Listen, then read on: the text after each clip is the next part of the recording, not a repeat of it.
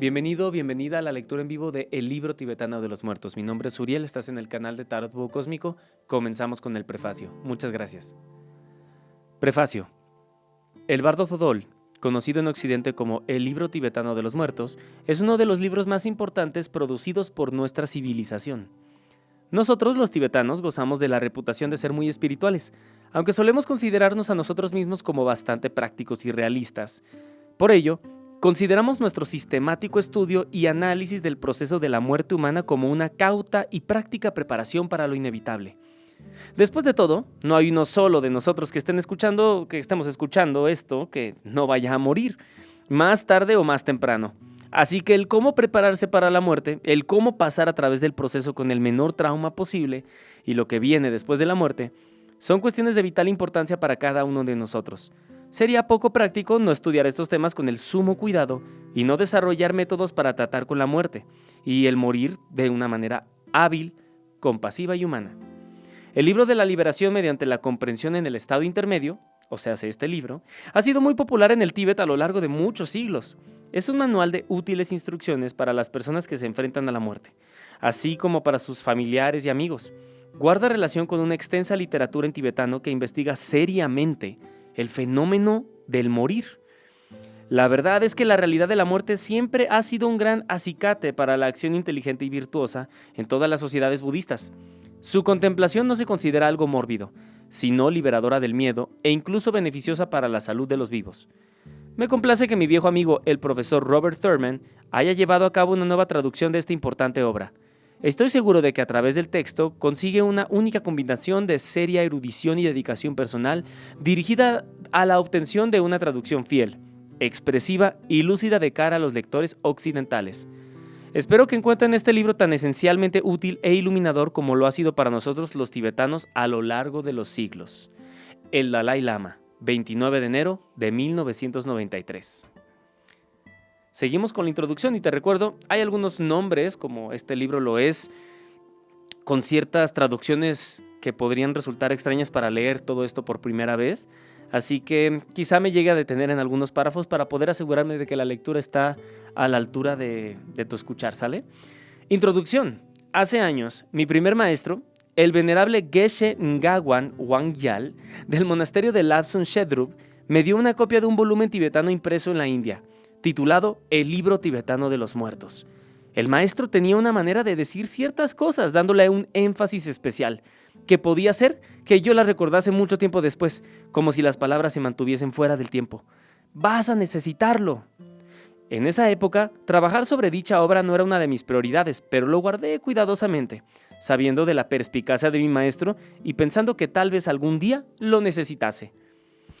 Conozco desde hace mucho tiempo la vieja traducción del mismo texto realizada por Kasi Dawa Samdup y W.H.Y. Evans Wentz, que es la que ha originado el nombre incorrecto de El libro tibetano de los muertos. Y sí, bueno, si nos pasamos, el libro tibetano de los muertos así es como lo conocemos acá, pero el nombre es El libro de la liberación mediante la comprensión en el estado intermedio, o bien el Bardo Thodol. ¿Sale? Entonces aquí está hablándonos el traductor. Y bueno, cuando su maestro le dice, vas a necesitar esta obra en su momento.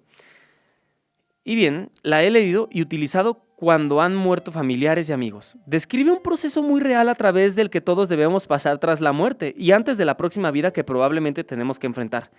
También he leído la versión de Francesca Fremantle y Chogyam Trungpa Rinpoche y he escrito una semblanza de ella para una revista especializada hace algún tiempo. A pesar de su metafísica y terminología psicologizada, representa una mejora con respecto a la primera traducción que me encontré. El libro tibetano de los muertos fue escrito por el gran maestro Padma Sambhava en el siglo VIII o IX para budistas indios y tibetanos. Fue escogido por él en espera de una era posterior y descubierto por el reconocido descubridor de tesoros Karma Lingpa en el siglo XIV. La obra ordena las experiencias del estado intermedio. En tibetano es el bardo, B-A-R-D-O, bardo, que normalmente hace referencia al estado entre la muerte y el renacimiento. De acuerdo con las expectativas de los iniciados en un mandala, un universo sagrado, esotérico en particular, el mandala de las 1000 deidades búdicas apacibles y furiosas. En los últimos años he estudiado los insuperables yogas tántricos, sobre todo los de la tradición Guhyasamaja o comunión esotérica, tan lúcidamente explicados por el Lama J. Tsongkhapa, 1357 a 1419. Haciendo una pausa aquí, me voy a detener en ciertos nombres porque así va a ser todo el libro, y hay algunas palabras que en mi español no estoy muy acostumbrado, quizá tampoco estemos muy acostumbrados a escuchar, así que te pido algo de comprensión en eso. Los insuperables yogas tántricos son un estudio altamente técnico de experiencias interiores, una antigua tradición de técnicas espirituales tan sofisticadas como las modernas tecnologías materiales. Utiliza estados especiales inducidos yógicamente para explorar la naturaleza del yo y de la mente, de la vida y la muerte, y de los estados intermedios. Describe la muerte con gran detalle, su fisiología, su psicología, su experiencia normal y su experiencia simulada mediante yogas experimentales de estados de trance. Los he encontrado lúcidos y útiles, no solo para pensar acerca de la muerte, sino también para hacerlo sobre la vida, la salud e incluso la respiración. Cuando he tenido encuentros con la muerte, pensando en la mía propia o en la de los amigos desaparecidos, esta ciencia espiritual me ha dado un marco a través del que comprender el proceso. Después de dichos estudios sobre el insuperable yoga y al mirar de nuevo el libro tibetano de los muertos, este me ha parecido menos relevante en cuanto a las modernas experiencias de la muerte y el morir. Después de todo, fue creado con la intención de ser un manual popular diseñado para el tibetano laico normal y no para el adepto al yoga. También me he dado cuenta que Stephen Levine y otros introductores de yogas para morir dirigidos a los norteamericanos contemporáneos, dice, también me he dado cuenta de que Stephen Levine y otros introductores de yogas para morir dirigidos a los norteamericanos contemporáneos han encontrado su imaginería demasiado complicada y poco familiar para la persona normal que se enfrenta con su propia muerte. ¿Cuánta gente en Toledo o en Topeka puede habérselas con un Heruka, una arquetípica deidad masculina heroica, o con una Dakini, un dinámico ángel femenino, una deidad apacible, una deidad furiosa? ¿No sería mejor para ellos utilizar manuales para morir que hayan sido desarrollados en su nativa fe cristiana o judía? Las descripciones técnicas de la muerte en la literatura de la comunión esotérica dan la impresión de ser más claras y sistemáticas, aunque no han sido escritas para ser utilizadas por la gente común al enfrentarse con el proceso de la muerte. Bien, parece que Thurman, de quien estamos leyendo estas palabras, pues nos explica, él ya tenía cierto conocimiento con la muerte, ciertos ejercicios a través del yoga, ciertos ejercicios con la comunión esotérica, y al momento de pasarse nuevamente al libro tibetano de los muertos dice, bueno, quizá más bien pueda resultar un libro adaptado no para los verdaderos estudiantes serios, ¿no?, de este tipo de tradición, de este tipo de ciencia. Entonces es lo que está describiendo. Así pues, cuando Bandman Books me propuso llevar a cabo una nueva traducción del texto básico, junto con un comentario popular, no estaba muy seguro de querer hacerlo. Para empezar, todos necesitamos escapar del título erróneo, o al menos reducirlo a subtítulo. Ninguna expresión tibetana es traducible como libro de los muertos. En el verdadero título tibetano, Bardo Thos Grol, la palabra bardo simplemente significa el estado intermedio. Hablando llanamente, el intermedio hace referencia a todo el proceso entre muerte y renacimiento.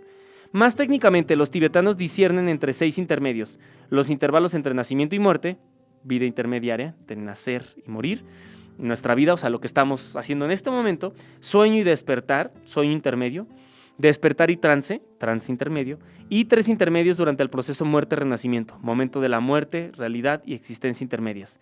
Thospa designa uno de los 3 tipos de conocimiento o comprensión desarrollados por el aprendizaje, la reflexión y la meditación. Las palabras Thos Grol significan que las enseñanzas de este libro liberan solo con ser aprendidas o comprendidas. Recuerda, el libro se llama Bardo Thos Grol. Entonces nos está ayudando con la definición de este título. Entonces, si él se llama Bardo, que es el estado intermedio, y ahora falta Thos Grol, dice, bueno, vamos a conocer la palabra Thospa. Designa uno de los 3 tipos de conocimiento-comprensión, desarrollados por el aprendizaje, la reflexión y la meditación. Entonces, si Thospa es comprender y conocer a través de reflexionar, meditar, aprender, entonces las palabras Thos Grol, porque el título completo es Bardo Thos Grol, de este libro, no el libro de los muertos, significa que las enseñanzas de este libro liberan solo con ser aprendidas o comprendidas, ofreciendo a la persona que se enfrenta al estado intermedio una comprensión tan naturalmente clara y profunda que no requiere de una ulterior reflexión o contemplación. Así pues, el título tibetano más común de la obra es El gran libro de la liberación natural mediante la comprensión en el estado intermedio. Bardo Thos Grol Chen No. Ese sería el título tibetano más común de la obra. El gran libro de la liberación natural mediante la comprensión en el estado intermedio. En sí mismo es una subsección de una obra de mayor envergadura titulada La profunda enseñanza de la liberación natural a través de la contemplación de las deidades búdicas apacibles y furiosas. Tras dichas reflexiones me sentí inspirado y decidí realizar una versión que fuese sencilla y útil, de lectura fácil para los apenados familiares y fácil de escuchar para las almas suspendidas en el aire por encima de sus cuerpos que se preguntan qué es lo que les ha ocurrido. Al mismo tiempo, en el comentario, añadiría una descripción técnica del proceso de la muerte considerada desde la gran literatura tibetana del insuperable yoga. El resultado es el presente libro. Según trabajaba, encontré otras ediciones tibetanas que me parecieron más veraces y que a menudo clarificaron ciertas oscuridades de la edición impresa en la India que me había dado mi maestro. También encontré algunas secciones no traducidas de la obra mayor que clarificaban la enseñanza. Las he incluido como apéndices en la edición en inglés. Trabajar en este texto ha resultado una experiencia fascinante y gratificante. Y me siento de nuevo agradecido a mi último maestro. Espero que ustedes también lo encuentren de utilidad. Robert A. F. Thurman. Woodstock, Nueva York, agosto de 1992. Qué bonita introducción. Muchas gracias. Aquí hay una nota.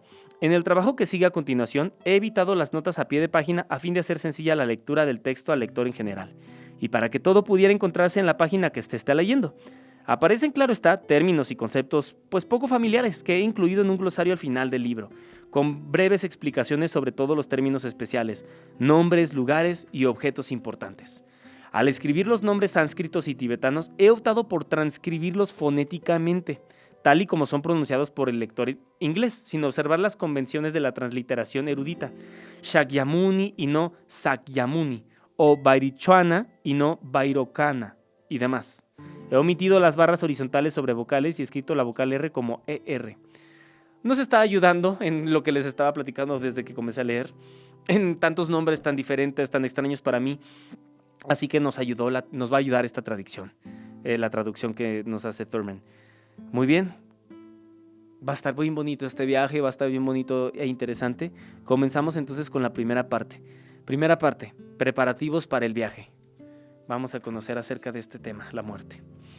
Bueno, no la muerte, el estado intermedio. Número 1, información previa. Nociones generales sobre la historia tibetana. Los tibetanos siempre han llamado Bo a su tierra natal, añadiendo Khawaje, tierra de las nieves, en alguna ocasión. El registro de su propia historia data de unos 23 siglos, remontándose a la época del Imperio Greco-Macedonio de Occidente, el Imperio Maurya de la India y el último Imperio Zhou de la China. Durante los primeros 8 siglos, el Tíbet fue gobernado por una dinastía militar. Su sistema religioso era animista, regido por un sistema sacerdotal de chamanes expertos en adivinación, brujería y sacrificios. Esto es muy importante porque estamos comenzando las bases. Entonces nos habla, durante los primeros 8 siglos, el Tíbet fue gobernado por una dinastía militar.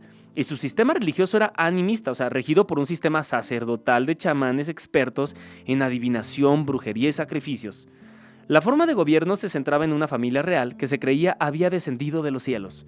Los 7 primeros reyes descendieron para gobernar por una escalera mágica que colgaba del espacio, volviendo a ascender por ella una vez que les había llegado la hora de morir. Debido a ciertos conflictos que tuvieron lugar en el espacio, el 8º rey cortó la escala celestial. Y desde entonces los reyes, al igual que los faraones egipcios, fueron enterrados en grandes túmulos funerarios junto con sus posesiones y acompañantes. La primera dinastía estaba localizada en el valle de Yarlung, un valle fluvial que se extendía hacia el sur del oriental Tsangchu, el Brahmaputra, cerca del actual Tsetang. Gradualmente, a lo largo de los siglos, la dinastía fue añadiendo tribus y territorios bajo su dominio, uniendo a los señores de los reinos vecinos en un entramado feudal y militar. Las tribus que unificaron ya se hallaban relacionadas por 3 lazos comunes: el territorio, el idioma y la tendencia religiosa. Todas ellas habitaban la meseta tibetana de más de 2,5 millones de kilómetros cuadrados, con una altitud media de entre 4,000 y 4,300 metros. Estaban muy, muy elevados. Vivir a dichas altitudes, para los tibetanos, implica una compleja adaptación fisiológica, para encontrarse bien allá arriba se necesita haber nacido allí, fruto de un linaje bien aclimatado. El idioma tibetano pertenece a la familia tibetano-birmana, distinta de la índica, dárdica, turca, mongola y china, imperantes en las tierras bajas de los alrededores, o sea, los que estaban alrededor de esa altura. En cuanto a la religión, los tibetanos tendían a deidificar los elementos de la naturaleza, sobre todo las montañas y el cielo, y compartían un complejo conjunto de rituales de sacrificio, adivinación y propiación de un diverso panteón de deidades del inframundo, paisajísticas y celestiales. Entonces nos estamos hablando de cómo estaban aclimatados, la altura, la unión que tenían, una tribu militar. Se añadieron más tribus después y territorios bajo este dominio, uniendo los señores de los reinos vecinos en temas feudales y militares. Ya se empezaron a unificar las tribus, que los unificó pues el territorio, el idioma y la tendencia religiosa. Nos habla, esta cultura se distinguía de la de su entorno por su orientación más espiritual, o sea, más que todos los demás. La duración de la vida a dicha altitud es algo más corta, y el sorprendente y espectacular paisaje montañoso induce a la reflexión y la contemplación. Creo que es importante poner atención a esto porque, bueno, esta es la información previa de dónde vienen los tibetanos o por qué los consideramos unos sabios en este tema. Entonces, bueno, si nos dicen que tienen un sorprendente y espectacular paisaje montañoso que induce a la reflexión y a la contemplación a esa altura, donde había un complejo conjunto de rituales de sacrificio, adivinación y propiación, un diverso panteón de deidades del inframundo, paisajísticas y celestiales, bueno, pues parece que de aquí ellos tienen con su conocimiento. Durante los primeros siglos, esta espiritualidad era práctica en sus perspectivas. Al igual que la mayoría de los chamanismos, buscaba el éxito mundano, la victoria, salud, riqueza y la progenie. Progenie, quiero saber el significado de esa palabra. Progenie, significado. Progenie significa casta, generación o familia de la cual se origina o desciende una persona, descendencia o conjunto. Entonces la progenie es el producto de la reproducción o la replicación, es decir, descendencia. Continuamos. Durante los primeros siglos, esta espiritualidad era práctica en sus perspectivas. Al igual que la mayoría de los chamanismos, buscaban el éxito mundano, la victoria, salud, riqueza y progenie. Durante el proceso de expansión militar, parece que la religiosidad se enfocó hacia un culto por la realeza, dirigido por sacerdotes y chamanes. O sea, tenían un culto por alabar a los seres de la realeza. Como el rey había descendido de los cielos como una divinidad sobre la tierra, garantizaba el poder y el orden. El chamán ayudaba a mantener dicho orden invitando al descenso del rey, asegurando la cooperación de las deidades de los cielos, tierras e inframundo, y encargándose de la transición del viejo al nuevo rey. Al chamán se le requería viajar hasta la tierra de los muertos y regresar, a fin de obtener experiencia personal sobre el periodo del caos existente entre reinos. Su papel era extraer poder del caos a la vez que lo mantenía en su lugar, asegurando la continua separación de la tierra de los vivos, el reino del orden. La cultura dinástica tibetana reinó durante varios siglos. Los reinos rivales de las tierras bajas colindantes, si los que están alrededor cerquita de ellos, no podían permanecer durante largo tiempo en la alta meseta, por lo que pudo desarrollarse sin interferencias, es decir, nadie los molestaba, nadie quería ir hasta arriba. Las luchas de los tibetanos con su medio ambiente natural y entre ellos mismos les fortalecieron, y en el siglo VI habían unificado las tierras altas y se habían convertido en un imperio con el que había que contar. Empezaron a llevar a cabo campañas en todas direcciones hacia las tierras bajas. En esa época desarrollaron una temible reputación entre los pueblos chinos, turcos, mongoles, persas e indios. Entonces ya todos ellos, imagínate, chinos, turcos, mongoles, persas e indios ya les temían, ya tenían cierta reputación los tibetanos. Al principio del siglo VII, un emperador llamado Songtsen Gampo alcanzó los límites naturales del imperio militarista. Fíjate, los límites naturales. La unidad entre señores de la guerra es siempre tenue, y los tibetanos no tenían interés en expandirse por las tierras bajas. El emperador empezó a transformar la civilización militarista feudal en algo más pacífico y espiritual. El emperador Songtsen Gampo, basado en una perspectiva moral. Al trabajar sobre esta transformación, Songtsen Gampo investigó las grandes civilizaciones del Asia exterior desde su perspectiva y se dio cuenta de que el budismo universalista, Mahayana, constituía la vertebración cultural de las dinastías Pala y post-Gupta de la India, de las ciudades-estado de la ruta de la seda de Asia Central y de la dinastía Tang de China. O sea, básicamente observó qué estaban haciendo los demás en la India, en Asia Central, dinastía china, la perspectiva de Asia exterior. Así que dio un comienzo a un sistemático proceso de adaptación cultural. Envió un grupo de eruditos a la India para estudiar sánscrito. Creó un idioma escrito para los tibetanos y empezó a traducir la vasta literatura budista. Se casó con 9 princesas de diferentes países vecinos, incluyendo Nepal y la China Tang, pidiendo a cada una de ellas que aportaran al Tíbet instrumentos y textos budistas. Construyó un sistema geomántico de templos imperiales. Geomántico, vamos a ver qué significa eso. Un segundo, geomántico, significado. Geomántico, perteneciente relativo a la geomancia. Ah, la geomancia, muy bien. Entonces, es disciplina que se ocupa de la obtención, almacenamiento, análisis y explotación de información geográfica. Entonces, eso es una definición, pero también la geomancia viene también como algo anclado al tema de la adivinación por medio de objetos, ¿no? De las líneas, puntos, la geomancia, las personas que pueden leer los hechos al azar en la tierra, sobre un papel, sobre un café. Entonces de ahí viene. Continuamos. Envió a un grupo de eruditos en la India para estudiar sánscrito, creó un idioma escrito para los tibetanos y empezó a traducir la vasta línea de literatura budista. Bien. Construyó un sistema geomántico de templos imperiales centralizado en las catedrales de Hokkhan y Ramoche en su nueva capital de Lhasa, con una red de templos secundarios, creando una estructura sacra que contenía a la nación. Entonces había algo relativo con lo sagrado, pero también con un arte a la hora de estar construyendo los templos.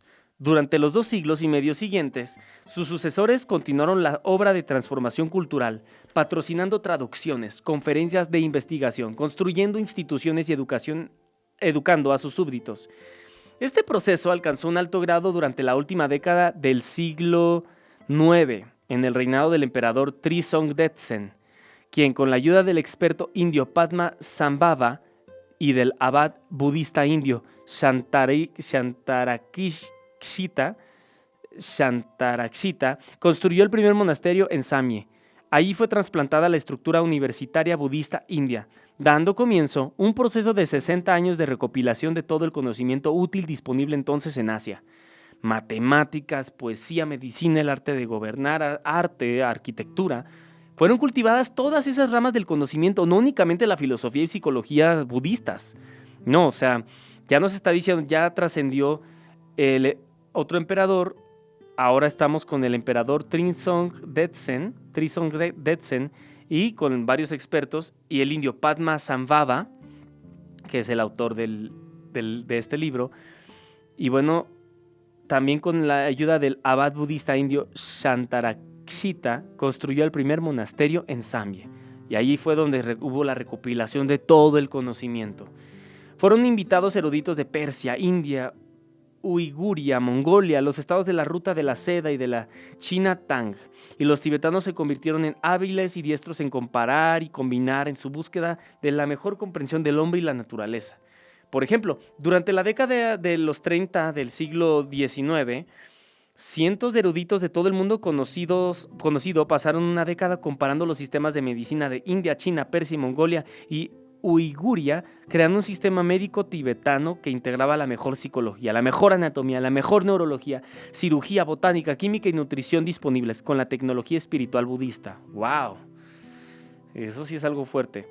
Tras alcanzar este alto grado de desarrollo, siguió un periodo de confusión, precipitado por la excesiva presión de los emperadores en su inyección de perspectivas y prácticas budistas en todos los ámbitos de la vida. Dentro de la familia real hubo una revuelta. Una serie de asesinatos y golpes culminó con el hundimiento de la dinastía, la fragmentación regional de la nación y la suspensión temporal del budismo. No obstante, al cabo de un siglo, volvieron a emerger los puntos de vista e instituciones budistas, ahora enraizadas en el pueblo, con el apoyo de los gobernantes regionales. Durante los 3 siglos siguientes, los tibetanos dirigieron sus intereses hacia la educación budista y se construyeron monasterios por todo el país. El vasto trabajo de traducción fue completado y se desarrolló una voluminosa literatura indígena. No hizo su aparición ninguna dinastía real que controlase todo el país. O sea, ya no hay una dinastía real, ya en este punto estamos hablando después del siglo XIX, año 1800. Entonces ya no hay... déjame buscar aquí si hay algo que pueda aportar. Pues no, a partir del siglo XIX ya no hay tal cual ninguna realeza, ningunos seres que hayan venido de las estrellas, ¿no? Estamos hablando del año de 1800. No hizo su aparición ninguna dinastía real que controlase todo el país como antes. El militarismo tibetano fue incapaz de volver a ser acto de presencia debido al poder del budismo y su moralidad de no violencia. Las familias nobles locales todavía gobernaban en las zonas regionales, pero compartían cada vez más su poder social y político con las rápidamente desarrolladas instituciones monásticas. Durante los siglos XIII y XIV, el Imperio Mongol unificó la mayor parte de Eurasia y el Tíbet fue formalmente incorporado a la Pax Mongólica.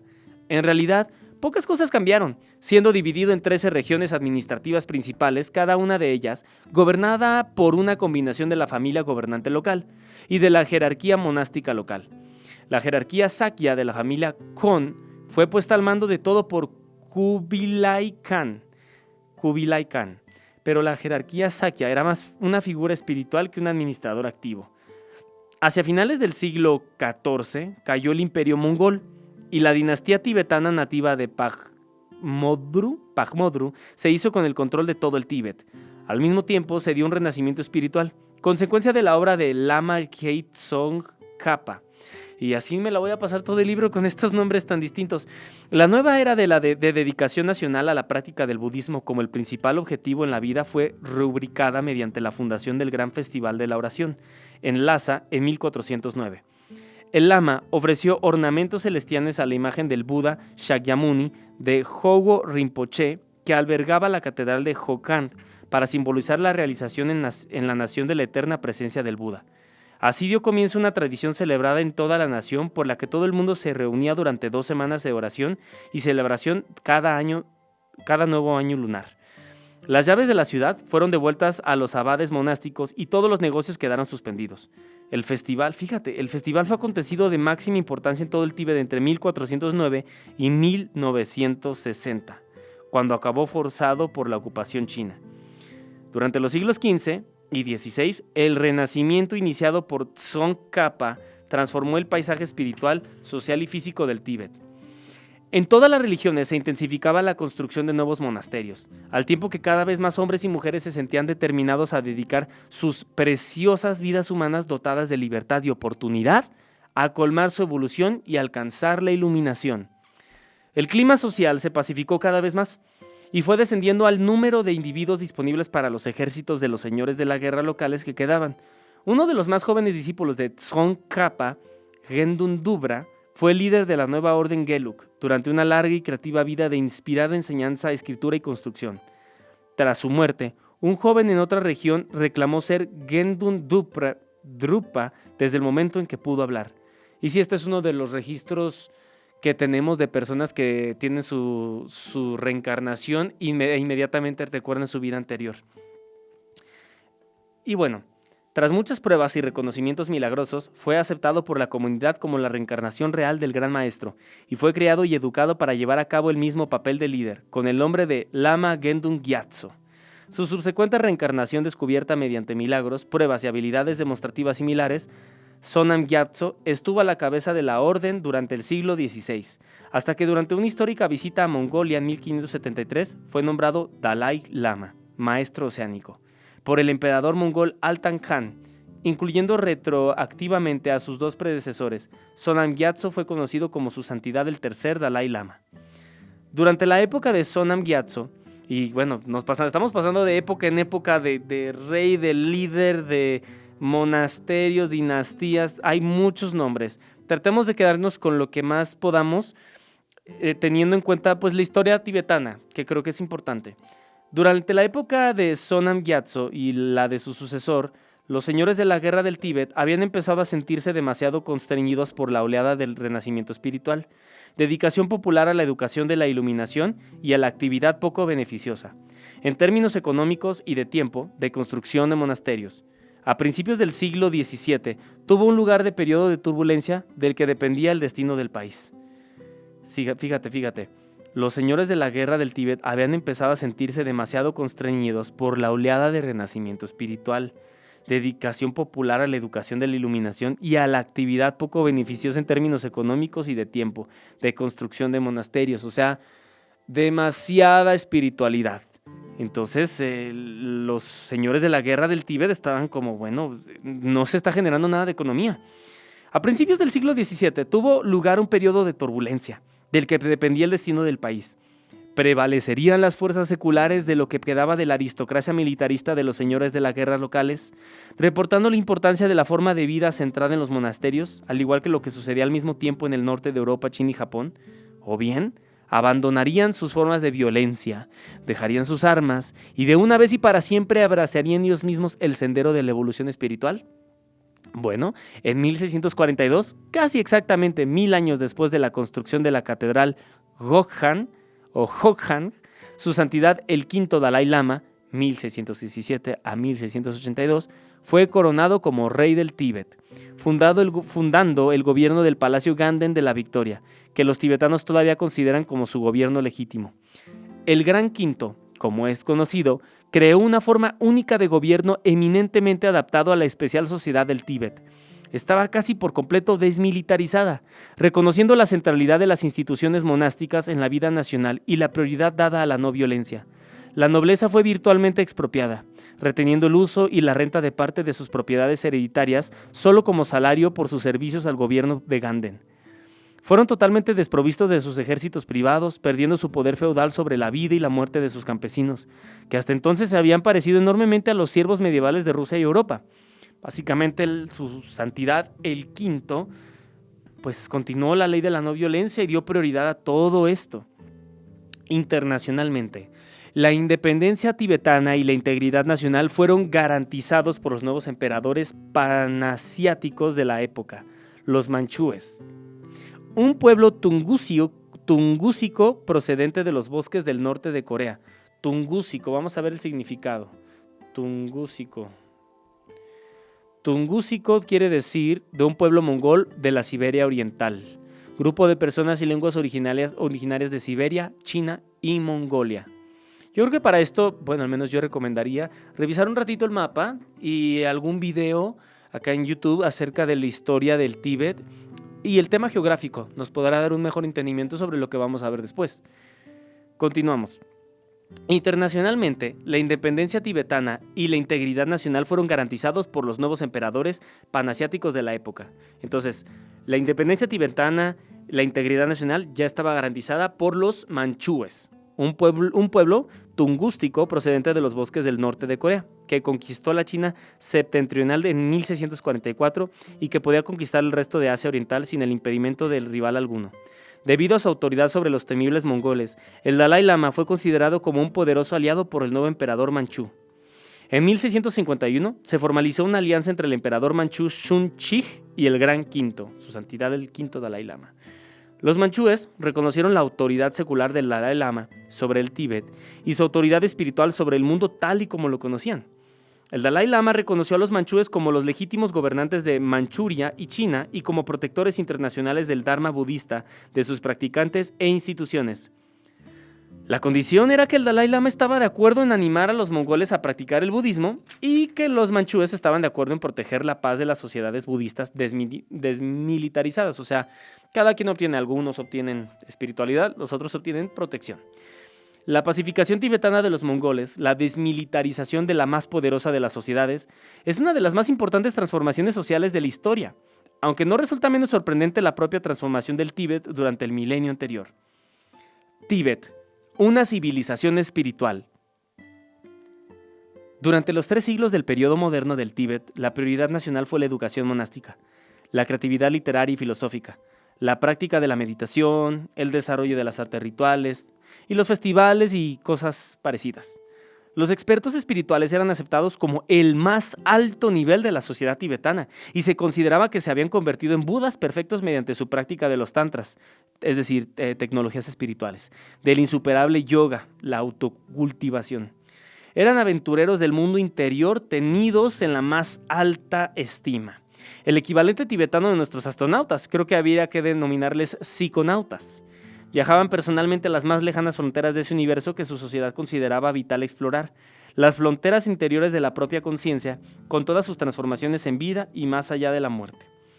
En la cultura occidental, las últimas fronteras de nuestra conquista material del universo están en el espacio exterior, pero nuestros astronautas son héroes y heroínas extremos. Los tibetanos estaban más preocupados por la conquista espiritual del universo interior, cuyas fronteras están en los reinos de la muerte, el estado intermedio y los éxtasis contemplativos, que los astronautas. Así pues, los lamas tibetanos que conscientemente podían atravesar el proceso de disolución, cuyas mentes podían desapegarse del cuerpo físico y utilizar el cuerpo mágico para viajar a otros universos, estos psiconautas son los héroes y heroínas extremos de los tibetanos.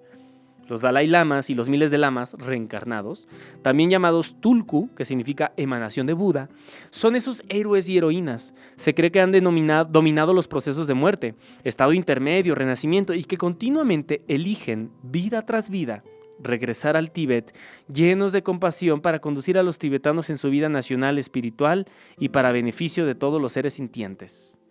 Así pues, la moderna civilización tibetana era única en el planeta. Solo una civilización así podía haber producido las artes y ciencias del morir o de la muerte transmitidas en este libro. Fíjate, la moderna civilización tibetana era única en el planeta. Y bien, ven por qué es importante haber leído el prefacio y toda esta información antes de irnos a lo demás. Es importante saber por qué estamos leyendo de ellos. Describo el único complejo carácter psicológico que corresponde a la moderna sociedad tibetana como modernidad interior, que debe ser entendida en contraste con el moderno complejo carácter psicológico, que puede ser descrito como modernidad exterior. El complejo carácter occidental aparece normalmente contrapuesto con el premoderno carácter tradicional. A menudo es descrito como un complejo conjunto de rasgos como el individualismo, la apertura y flexibilidad de la identidad, un pensamiento sin pausa y adherencia a la racionalidad. Este moderno carácter occidental está relacionado con una percepción peculiar de todas las cosas, incluidos los objetos psíquicos o mentales, como reducibles en última instancia a entidades materiales cuantificables. Esto es lo que otorga su exteriorización. El moderno carácter tibetano comparte los rasgos modernos de la individualidad, apertura y flexibilidad de la identidad, pensamiento y racionalidad. Pero, escucha bien esto, el carácter tibetano está estrechamente vinculado con su peculiar percepción, derivada de la civilización budista, de que todas las cosas se hallan infusas de valor espiritual e interconectadas con estados mentales. Así como nos dice, el carácter occidental aparece normalmente contrapuesto con el premoderno carácter tradicional.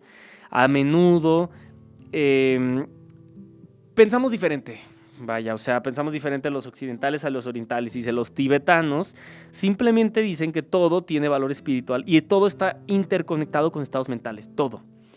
En contraste con las ideas occidentales, o sea, con las nuestras, la visión tibetana es que lo mental o espiritual no siempre puede ser reducido a algo meramente material y manipulado como tal. Lo espiritual en sí mismo es una energía activa, sutil, pero más poderosa que lo material. La visión tibetana es que la potente fuerza de la naturaleza es espiritual, no material. Eso es lo que otorga su interioridad al carácter tibetano, o sea, es lo que lo hace especial. De manera que aunque las personalidades tibetana y occidental, o sea, la de ellos y la que tenemos acá, comparten el complejo de modernidad de conciencia, resultan diametralmente opuestas en su visión, una enfocada hacia el exterior y bueno, la otra hacia el interior sobre la mente. Y creo que eso es parte de la perfección, ¿no? Esta diferencia de personalidades subyace en la diferencia entre ambas civilizaciones. Mientras que el objeto nacional norteamericano es alcanzar una productividad material cada vez mayor, el objetivo nacional tibetano es que cada vez mayor productividad, que tengamos cada vez mayor productividad espiritual. La productividad espiritual es medida por la profundidad que puede desarrollar la propia sabiduría, por cuán amplia puedan llegar a ser la propia compasión. Los budistas tibetanos creen que la realidad externa se halla interrelacionada con el desarrollo mental interior. Fíjate, y esto es lo bonito, esto es lo fascinante, o sea, de aquí estamos teniendo esta información, porque esto que estamos escuchando ahorita es alimento. Entonces, fíjate de dónde viene nuestro alimento. Los budistas tibetanos creen que la realidad externa se halla interrelacionada con el desarrollo mental interior a través de una serie de vidas sin principio ni fin, por lo que no aprecian límites sobre en qué medida pueden ser transformados para mejor el yo y el medio. El yo puede convertirse en un Buda, un ser de perfecta sabiduría y compasión, Y el medio puede convertirse en una perfecta tierra búdica, donde nadie sufre inútilmente y donde todos busquen la felicidad de todos. El ejemplo esencial de esta racionalidad dirigida hacia el interior de la moderna mente tibetana es precisamente el asunto de lo que nos ocupamos, la exploración tibetana de la muerte. La mente occidental, dirigida hacia lo externo, desechó el tema de la muerte y de las vidas futuras como arcaico, de interés únicamente para la mente supersticiosa tradicional. Los hábitos de pensamiento materialista reducen la mente a materia y eliminan el alma. Los hábitos de pensamiento materialista reducen la mente a materia y eliminan el alma. Descartando la posibilidad de vidas futuras, la muerte se convierte en una mera condición fisiológica, equivalente a un electroencefalograma plano. O sea, no existe un interés por los estados de la persona o la condición de la mente tras la muerte. La investigación científica se restringe a sí misma a la transformación material percibida por los sentidos físicos, aumentados mediante sofisticada maquinaria durante la vida corporal. O sea, que los científicos dicen que uno se muere y listo, ya está. Únicamente basando en el estado físico y únicamente basándose en restringiéndose la información material percibida por los sentidos físicos. Y bueno, pues sabemos que hay más allá, ¿no? Al mismo tiempo, los occidentales se han puesto a explorar el mundo externo, los más lejanos continentes, los macros reinos del espacio exterior y los micros reinos de la célula, la molécula, el átomo y las partículas subatómicas. Sí, la razón tibetana, dirigida hacia el interior, coloca el mundo material en el segundo lugar en su lista de prioridades. Su primera preocupación es el mundo de la experiencia interior, el despertar, el reino de la causalidad, relatividad, o sea, las causas, lo que es relativo, sensación, percepción y concepción, y el sutil reino de la imagen, luz, trance, sueño y finalmente de la muerte y su más allá. Los tibetanos consideran el reino interno, sutil y experimental, como el punto importante en el que asumir el control de todos los eventos cósmicos, tanto subjetivos como objetivos. Y por ello, emprendieron la exploración del mundo interior, utilizando la percepción analítica y la concentración contemplativa, para expandir su conocimiento en cada rendija de experiencia. Utilizaron la manipulación de sueños y de visiones interiores para visitar lúcidamente los territorios del inconsciente. Utilizaron una desidentificación enfocada con áspera subjetividad a fin de lograr acceso al más sutil nivel de sensibilidad. Y utilizaron un desarrollo sentido de la atención y la memoria para acceder a la experiencia de las vidas pasadas. ¡Uy, qué hermoso! Incluyendo las experiencias parecidas al sueño de los estados intermedios atravesados entre la muerte y el nacimiento. Bellísimo. ¿A quién más no le dan ganas de saber más de esto? Situación actual del Tíbet. A pesar, antes de continuar, quiero revisar, vamos a continuar esta parte. La situación actual del Tíbet está fuerte, al menos ahorita mientras estamos leyendo y escuchando esto. A pesar de cierto abandono de su progreso material, durante su periodo moderno el Tíbet se convirtió en una tierra relativamente feliz. La sociedad tibetana estaba organizada para desarrollar al máximo el potencial individual del desarrollo interior. La presión económica era débil y los conflictos internos y las luchas externas escasas. Sin embargo, estaba lejos de ser una perfecta Budalandia. En modernos términos geopolíticos, fue muy vulnerable durante un siglo como resultado de una cualidad positiva y de otra negativa. Ya en lo positivo es que es muy desmilitarizada. Y por lo tanto, no había ningún problema con los ejércitos modernos, primero de los británicos y luego de los chinos. Ya en lo negativo, estaba demasiado aislada de demás países, entonces se encerró en sí misma al tiempo que el budismo desaparecía de los países circundantes. Aunque yo creo que es parte de la misión espiritual que tiene esa región, ¿no? Que se encapsuló en cierto estado del tiempo. Pero ya viéndolo más 3D, más actual, sí, claro que se pierden de algo por haberse alejado un poco. En consecuencia, las dos únicas naciones con algo de conocimiento sobre el Tíbet, los británicos y los chinos, tuvieron la capacidad de presentar al resto del mundo una equívoca imagen del Tíbet, según convenía a sus intereses inmediatos. Cuando los británicos quisieron promulgar acuerdos comerciales con el gobierno soberano del Tíbet, llevaron a cabo las negociaciones tratando al Tíbet como la nación soberana que era. Mientras tanto, dejaron que el mundo pensase que el Tíbet se hallaba bajo el gobierno chino, a fin de mantener alejados a los rusos y contentos a los chinos, dispuestos a que los británicos se mantuviesen en Hong Kong, con sus grandes oportunidades comerciales. ¡Wow! Los chinos sabían muy bien que no controlaban el Tíbet, que los tibetanos no tenían el sentimiento de ser chinos y que ningún chino había tenido nunca la más ligera sensación de que un tibetano era alguna especie de chino. No obstante, siguieron pretendiendo ante el mundo que poseían al Tíbet, al que llamaban Shitsang, tesoro occidental. y de que siempre había formado parte de China. O sea, cada quien se fue contando con su historia. Por ello, cuando el gobierno maoísta invadió el Tíbet en 1949, proclamaron al mundo que liberaran su propia provincia tibetana de los extranjeros. En aquella época, en el Tíbet residían media docena de extranjeros. Fíjate, media docena de extranjeros.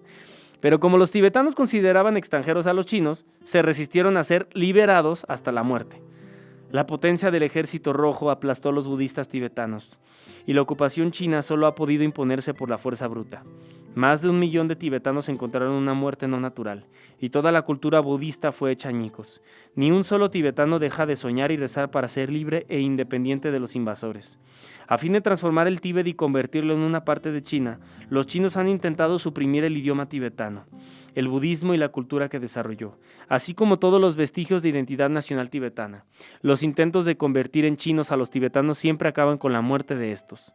Afortunadamente, durante estos tiempos, su santidad, el 14º Dalai Lama, ha conseguido mantener una saludable comunidad en el exilio con el apoyo del gobierno de la India. Y existe la esperanza de que las naciones del mundo, si aprenden a tiempo algo sobre el Tíbet, no permitan que se complete el genocidio de 6 millones de tibetanos antes de que finalice el siglo XX. Muy bien. Con esto terminamos este episodio, muchas gracias. Yo creo que vale la pena conocer la situación actual del Tíbet. Te invito a que veamos un video de YouTube sobre el estado geográfico en el que se encuentra para tenerlo bien mapeado dentro de nuestra cabeza y aprender un poquito más sobre esto. Continuamos entonces en el siguiente episodio.